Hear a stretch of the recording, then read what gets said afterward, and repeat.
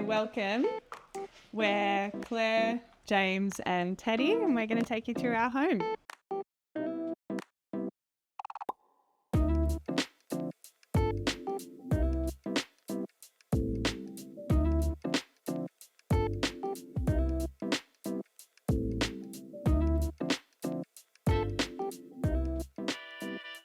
We lived here for about 4 years. When buying the block, we had a bit of a vision on what we wanted to create here. Our vision was to build a home that was semi-self-sustainable, off-grid, but still living in residential Mollymook. So it kind of makes you feel like you could be on a rural property anywhere in Australia. I've always built houses for people and seen different styles and textures and material choices. To be able to do it for myself and Claire was something that I've always wanted to do. I describe the design style of this house as Australiana modern brutalist.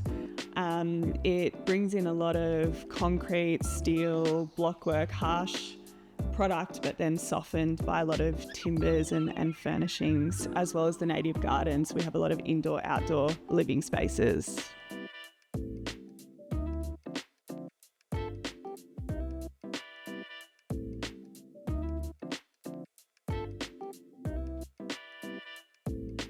So as we were designing the front garden, we needed something that was going to retain the hill, but also, again, wanted something that looked really good.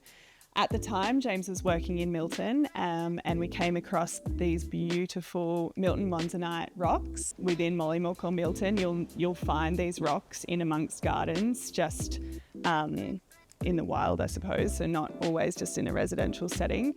So we wanted to create that, didn't want it to feel like it was very landscaped.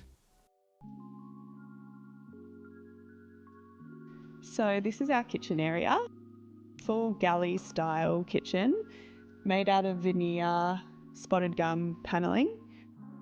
As you can see, we've got some beautiful open shelving areas which are home to some beautiful glass pieces, actually made by James's stepdad, who tragically left us in 2014, but was an amazing glass blower. So we've made that a little feature of our kitchen. It's positioned perfectly, so when you're prepping on the stainless steel bench, we're looking straight out to the North Mollymook headland.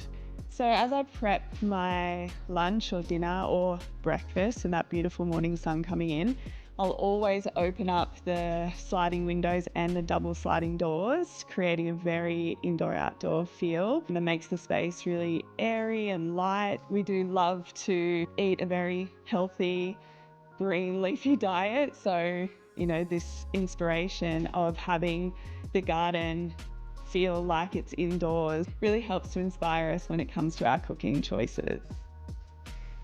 So the central void in the middle of the home is one of the biggest features as you walk through. It naturally creates this bridge and walkway that connects the kitchen, dining area to the living area downstairs, which is exactly what we're hoping to achieve, a double-storey home that felt like a connected single-storey home. So the indoor bridge marries up to the outdoor bridge, which connects the two decks as well.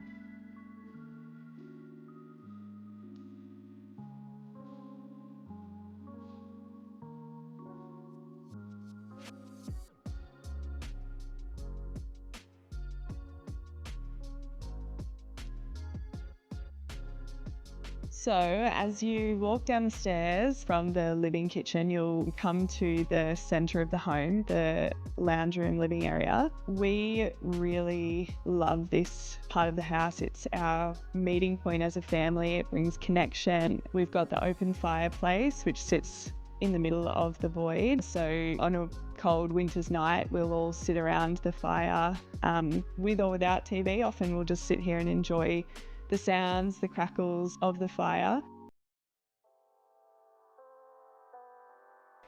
So this is the master bedroom, our little sacred space.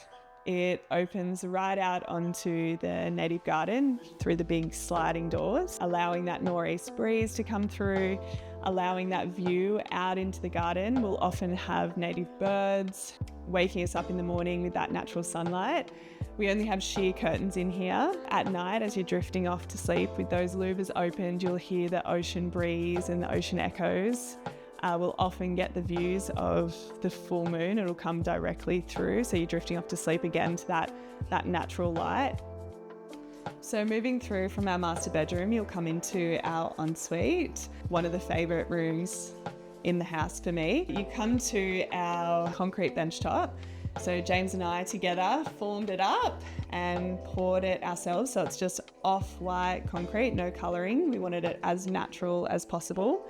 Our tapware is all made to patina with time. So it's Broadware tapware, which we've used throughout. So with use, you'll see those imperfections and, the change of colours, which makes it very authentic. It's completely open onto the garden. So as you're showering, you feel like you're having a shower outside. So this is our son's bedroom. So we've got the timber paneling throughout with the timber open shelves, which very much softens the blockwork and the concrete floors, making it feel a little bit more warm and homely. The open shelving, great for obviously in a kid's room, having their books and their toys on display. The artwork on the walls is all done by my mum. We specifically asked her to do some of the natives that you'll find in our garden for this bedroom.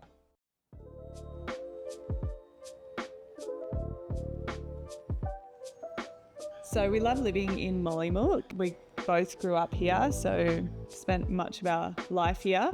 We're both beach people, James being a surfer and a fisherman. We need to be close to the ocean. My perfect day in Mollymook would probably look like a walk along Mollymook Esplanade with our son Teddy. We'd grab a coffee at good times, good coffee. The owners are very personable and friendly, always up for a chat. For lunch, we love heading up to the Milk House in Milton. It's on a rural property, so it's nestled amongst farmland and farm animals. It's very much a paddock to plate style of eating. For a little bit more of a sit-down lunch, you've got Cupid's Winery, which again, it is on a really beautiful rural setting, so also has great views, but you can have this sit-down sort of 3-course meal. They've also got the option to just go up and have a pizza and a wine or a beer and sit out in their garden.